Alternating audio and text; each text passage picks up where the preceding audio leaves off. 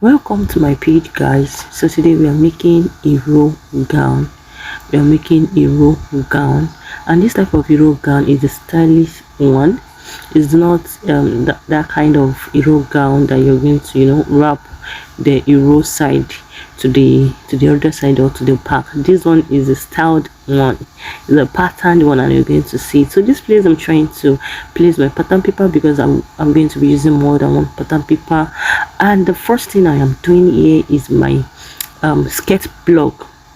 I'm starting with my skirt block, so I'm going to join the pattern paper into two, and after that this is the best way that I used in making my pattern, a joined pattern paper straight. So I'm going to do a starting point for one of the papers and then draw a straight line, and then place the second one on that line. So the next thing here is do my starting point for my skirt pattern. I'm going to be drafting the front body first, the front piece first. So this I'm going to say is part one. So go along with me, let's start.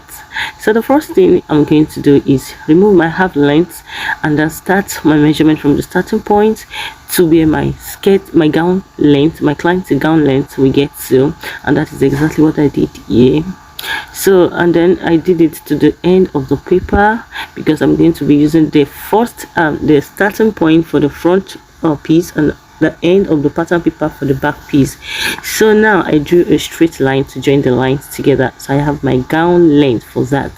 So at the starting point I'm going to measure my waist measurement. I'm going to add my dart. I'm going to be using 1.5 dart inches for my darts, and then I also mark my hip line. I also mark the nail line. This is exactly how I got my nail line.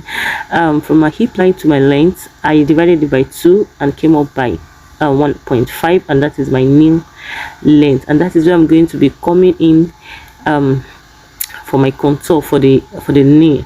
So I measured my hip measurement, and then at the knee measurement I came in by 1.5. You can go in by 1, you can go in by 2. It depends on how pencil you want the gown to be like. So the same measurement from my nail measurement circumference, I did the same for the down part, and I drew a straight line. Now to the dart depth and dart width, which I have there. For the front that I'm drafting here, I'm having that length of 5, and then the 1.5 dart allowance that I headed to the sides, I'm just going to split it to both sides of my dart. Can you see at the side of my waist I came up by half and I drew cuff there.